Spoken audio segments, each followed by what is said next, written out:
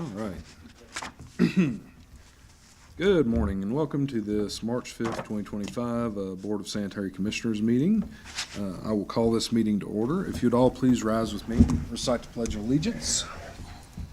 I pledge allegiance to the flag of the United States of America and to the republic for which it stands, one nation, under God, indivisible, with liberty and justice for all.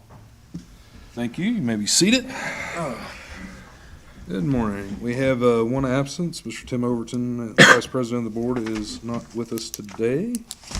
At this point, we'll move into public comment. Those wishing to make public comment may keep that within the 3-minute time limit. Seeing no one making a motion toward the podium, we will assume nobody wants to talk and move into our consideration of the February 19th, 2025 public hearing meetings. Public hearing minutes, excuse me. Would anybody like to make a motion regarding that? Motion to approve the February 19th, 2025 public hearing minutes. Second. Having a motion and a second, all in favor say aye. Aye. Aye. Hearing none opposed, motion passes. Consideration of the February 19th, 2025 board minutes. If anyone would like to make a motion. Motion to approve as presented. Second.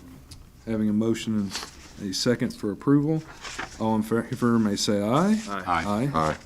Hearing none opposed, board minutes for February 19, 2025 are approved. We will now consider the register of claims totaling $1,587,557.54.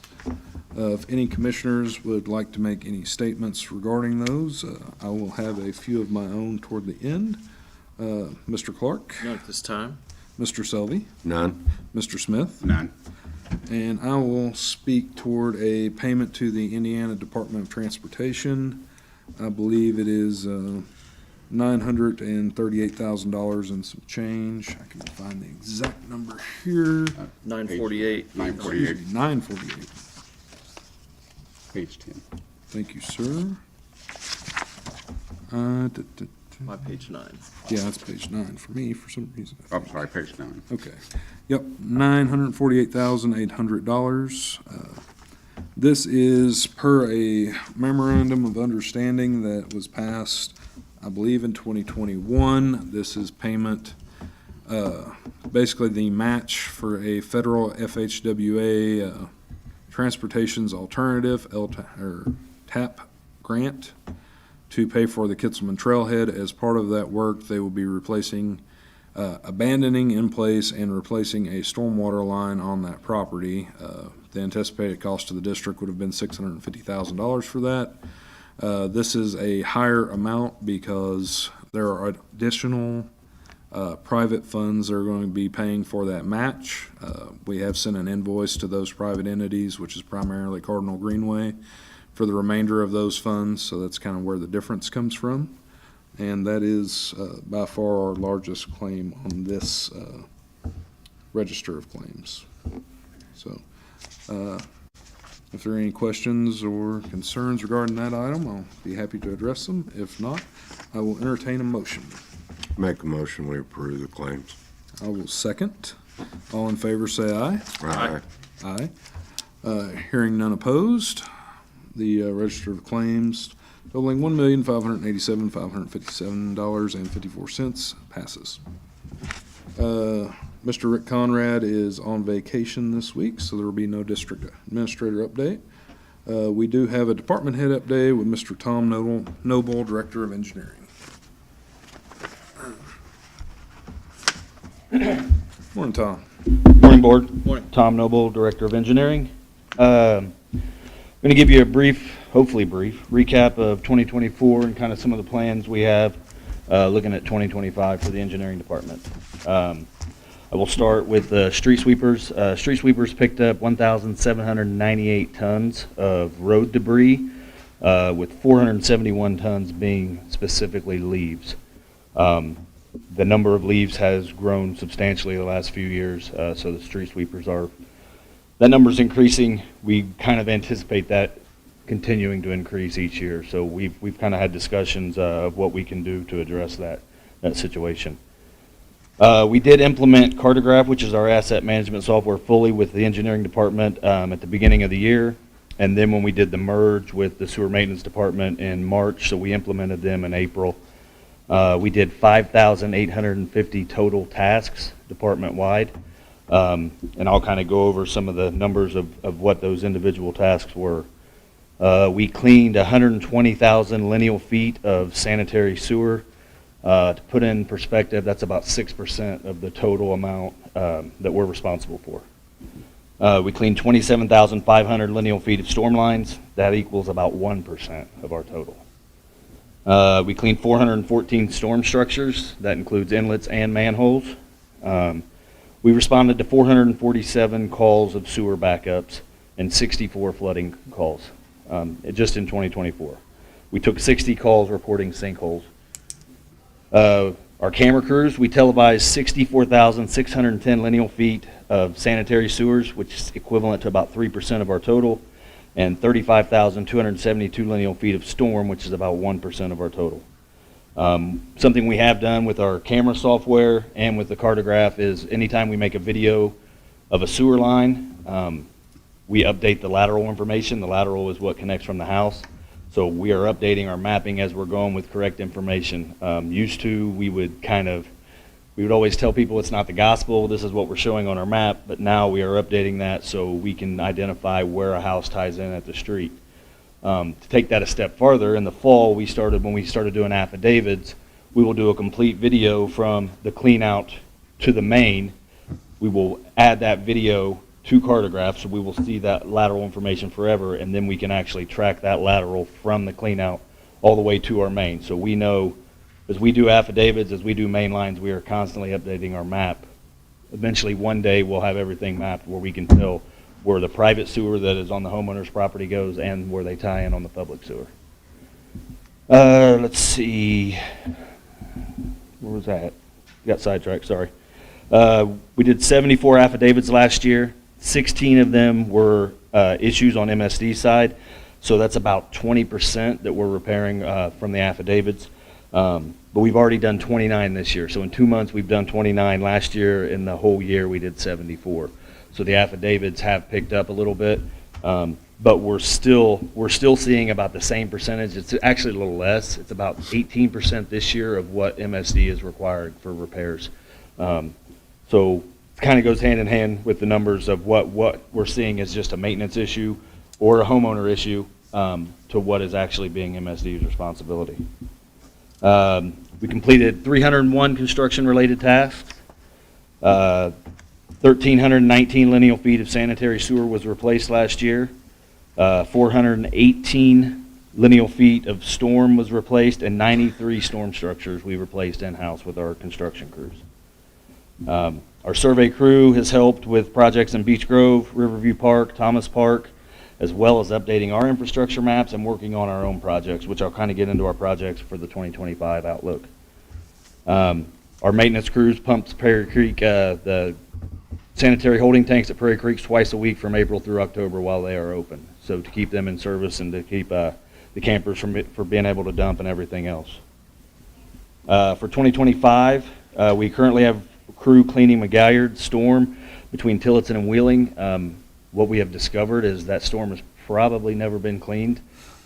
It's a traffic nightmare for one, so we've got arrow boards, cones, multiple crews out there trying to keep the crews safe, but we also noticed that's a 36-inch pipe that had about 22 inches of debris stacked in it. Mm-hmm. So not only is it going to improve the infrastructure, it's going to prolong the life of the infrastructure out there as well.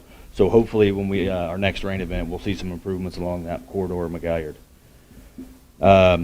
We're hoping to update our geofencing later this year to better track our street sweepers. This will help improve coverage. Right now, everything we do on the street sweepers is based upon weight, so we can tell what they dump every day. We can add that total up. But we really don't have a good way of tracking to make sure that every road is being hit twice per our stormwater permit. So we're hoping with the update of our geofence server that we can start tracking, because where they finished on Friday and then by the time they get to Monday, there's little sections of road that I'm sure is going to be missed. It's human nature, but this way we can actually put it on a GIS map, and the sweepers can look at that weekly, monthly, however they need to, so we can make sure that we're hitting some areas that I'm sure are being neglected. We are currently replacing a sanitary sewer between First and Second in the alley west of Macedonia. So that's a 250-foot of 8-inch replacement, and we are also adding 150-foot new to service some houses that are cutting across private properties right now. We are adding storm inlets at Crew Car Wash. If the weather would have held out today, the crew would have been done today, so I anticipate them being done tomorrow, weather pending. That's much needed drainage out there. If you've been out on Reserve just south of McGuire, you've kind of seen that the road is getting pretty bad. So we were hoping, we added 3 new storm inlets there to kind of collect some of that water that's puddling up on the pavement, with the anticipation that it will be paved in the spring, and hopefully that will improve things out there. We will be replacing 320 lineal feet of storm on Rochester between 17th and 18th. There's multiple sinkholes on this. This is probably going to start in the next couple weeks, weather pending. So we'll have a crew out there. We are currently in the design phase of a 1,400 lineal foot sewer replacement on Hodson. Currently that sewer is 17 feet deep. We are doing some investigations on the houses to see if we can shallow that up. We're hoping to get it around 6 or 7 at the start. There is a hill in the road that may put us a little deeper in the middle of it. But that sewer is in dire need of being replaced. And so we're going to see what we can do there. Right now, we're going to attempt to do that in-house with our crews. If it gets over probably 9 foot at the start, which would put it about 11 in the middle, we would probably look for some assistance in contracting that out. We also are looking at 250-foot lineal foot on Amherst. Amherst is scheduled to be paved. It was scheduled to be paved last year, and at my request, Adam kind of put that on hold. So we do have a section that is in pretty bad shape that we are looking to replace later this summer, so then the street department can pave Amherst. Amherst is needing paved, so the delays are kind of on us because we want to make sure that we're replacing that sewer prior to the paving, so we're not cutting open fresh asphalt.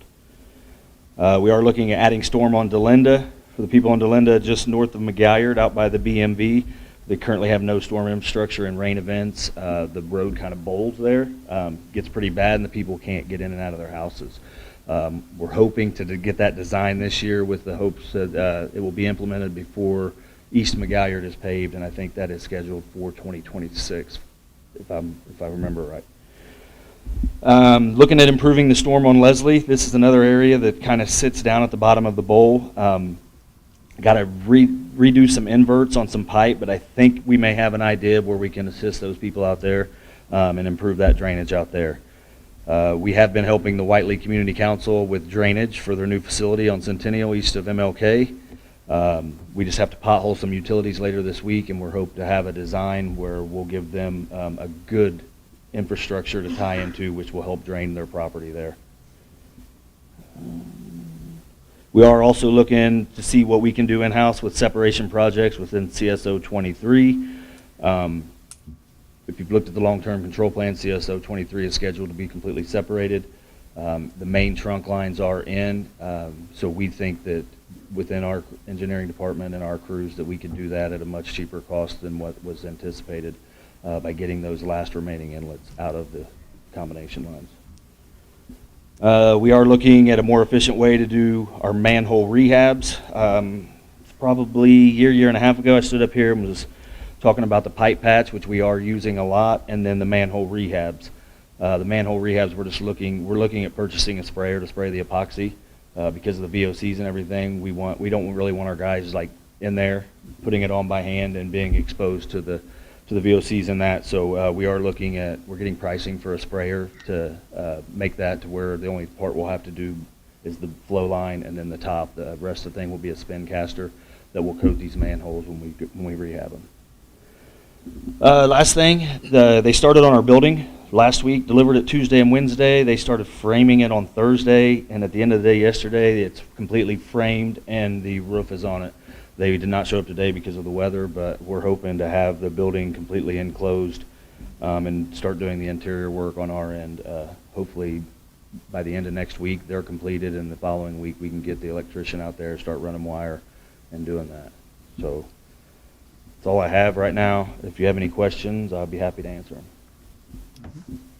Thank you, Tom. Mr. Clark, questions, comments? No questions. Thank you, Tom. Appreciate it. Mr. Sylvie? It's a good presentation, thank you. Thank you, sir. Mr. Smith? Appreciate your presentation and all the projects, guys. I'm excited for you and your department. Thank you. Yep, echo all the thank yous. Just want to kind of harp on a point of how far we've come. I mean, we were 3 years ago, it was basically if we had to do anything, it had to be contracted out. There was the sewer maintenance crew and kind of sort of a construction crew, but not really. And, they were doing what they could with what they had. Thanks to Tom, we've made some investments. Those investments have been paying off. I'll look to my other board members and we'll try to keep making those investments and keep improving the program. And we just really appreciate the good work that both you and your folks are doing out there, because it's making a difference.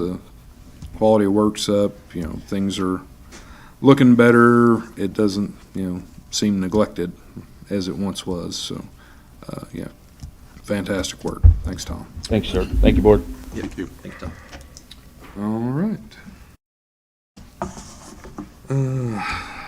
Moving into old business. Mr. Clark, any old business? No old business, Mr. President. Mr. Selvey? I have none. Mr. Smith? None, thank you. All right. New business. First item is Resolution 2025-03, Amendment to the Personal Policies Handbook. Mr. Rich Ivy, our HR Director, will present. May I approach? You may. Morning, Rich. I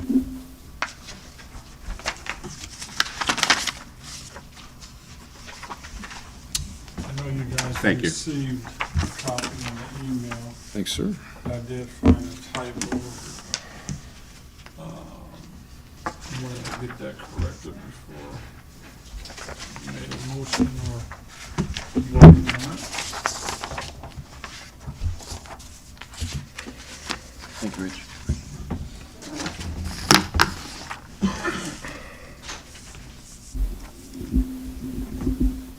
What you have before you is an amendment to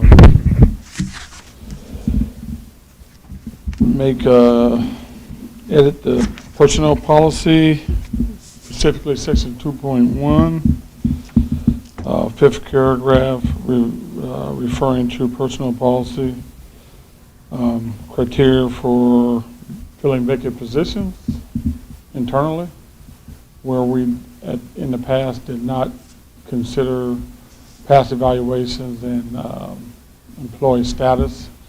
So those have been added because we've been challenged on seniority several times.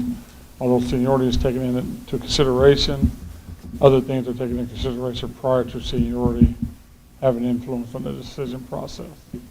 All things being equal, seniority would have a lot of weight concerning filling that position. The other section is section 7, problems and resolutions, and we just cleaned up a lot of language on the step-by-step process in which to file a complaint within the district and establish the criteria of step 1, step 2, step 3, and step 4 to follow when submitting such a complaint, either to your supervisor and or by policy, those designee or designated persons listed within the policy. All right. Thank you, Mr. Ivy. Mr. Clark, comments or questions? No comments this time. Mr. Selvey? None. Mr. Smith? None. All right. Just kind of provide a synopsis from the top of the board. Promotions via merit, all merit being equal, seniority. Then, in general, the complaint or concern process would go such, first step being the department head or your direct supervisor. Then it would go to the HR director. HR director would take it to basically district administrator, then take it to the Board of Sanitary Commissioners President. That would be me at this time, so that's kind of the process. Did I miss any steps there, Rich? I do not believe so. Fantastic. All right. So, would anyone like to make a motion for Resolution 2025-03? I make a motion. Second. Having a motion and a second, all in favor say aye. Aye. Hearing none opposed, motion passes. Resolution 2025-03 is approved. We will now go into the task order number 3 from Ty Lin / formerly Greeley and Hanson. I will discuss this one. So, Greeley and Hanson, Ty Lin, it's Ty Lin, formerly Greeley and Hanson, however you want to look at it. One company bought another. The first item is a task order in the amount of $35,800. They have been basically preparing our contract with IDEM. They've had to update their models, change the language at the behest of IDEM, not necessarily sanitary district. They would like to continue being compensated for those efforts. Obviously, this is kind of an ongoing item, so obviously, I would like to continue compensating them for their efforts, and I think everyone would generally agree they have done good work for us thus far. So I will entertain any questions on this item. Mr. Clark, No questions. Mr. Selby, No questions. Mr. Smith. No questions. All right. With no questions and no further commentary from myself, I would entertain a motion. I will go ahead and make the motion to approve. I would second that. All right, having a motion and a second, all in favor say aye. Aye. Hearing none opposed, task order number 3 with Ty Lin is approved. We'll go into item number 3 of new business, our water pollution control facility design agreement with Ty Lin, Greeley and Hanson. I will present this one. So, as commissioners know, and hopefully the general public, we are going through our long-term control plan. As part of that, we've anticipated making several fairly large-scale improvements to our water pollution control facility. We did go through a request for qualifications, and we selected Ty Lin as the most qualified to do that work. We went through a scoping exercise to kind of determine what work we think we will need to do. Jason Ingram has been fairly heavily involved in that, and we've done plant tours, that type of thing. This contract would be for $3,500,000 that we would anticipate paying from a bond anticipation notice of ban. This is all part of our long-term control plan work. I believe, and I think Jason would maybe correct me if I was super wrong, but we have about 37 overflows there at the plant on a fairly annual basis. More water, more overflows in any given year, but that seems to be the running average. He generally nodded, so I think we're close to right. Basically, we're trying to reduce those down to 8. 8 is the number that the state said is sort of okay, so that's where we're going.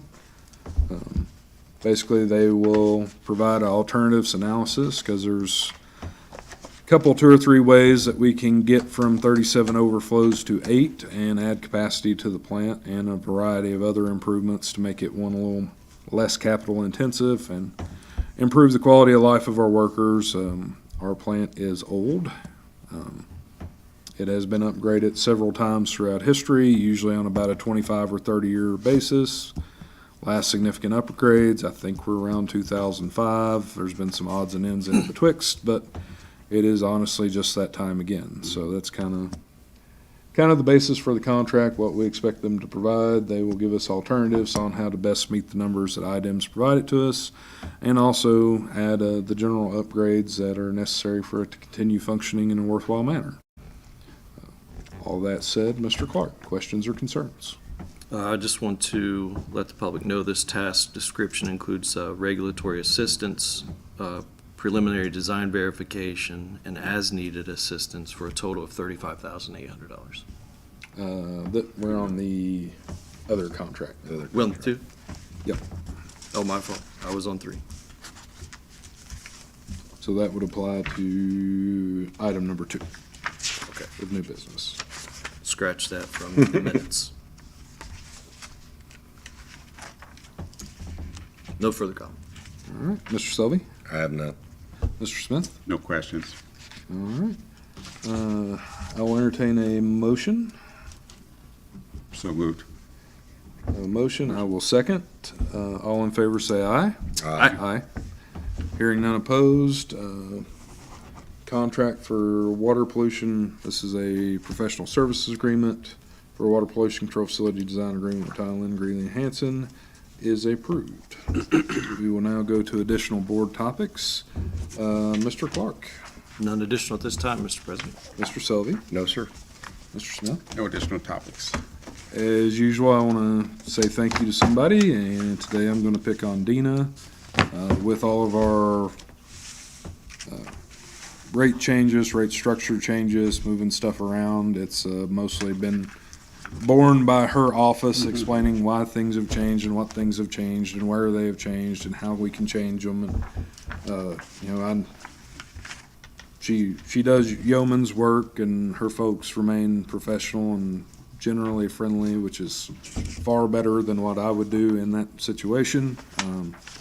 So we just appreciate the effort of you and your folks, and thankful for what you do. You also pay the bills, but you take all the calls. So thanks for taking that bullet for us, so to speak. Good job, Dina, and billing. With that, I would entertain a motion for adjournment. Make a motion, we adjourn. I will second. All in favor, say aye. Aye. Aye. Hearing none opposed, this meeting is adjourned.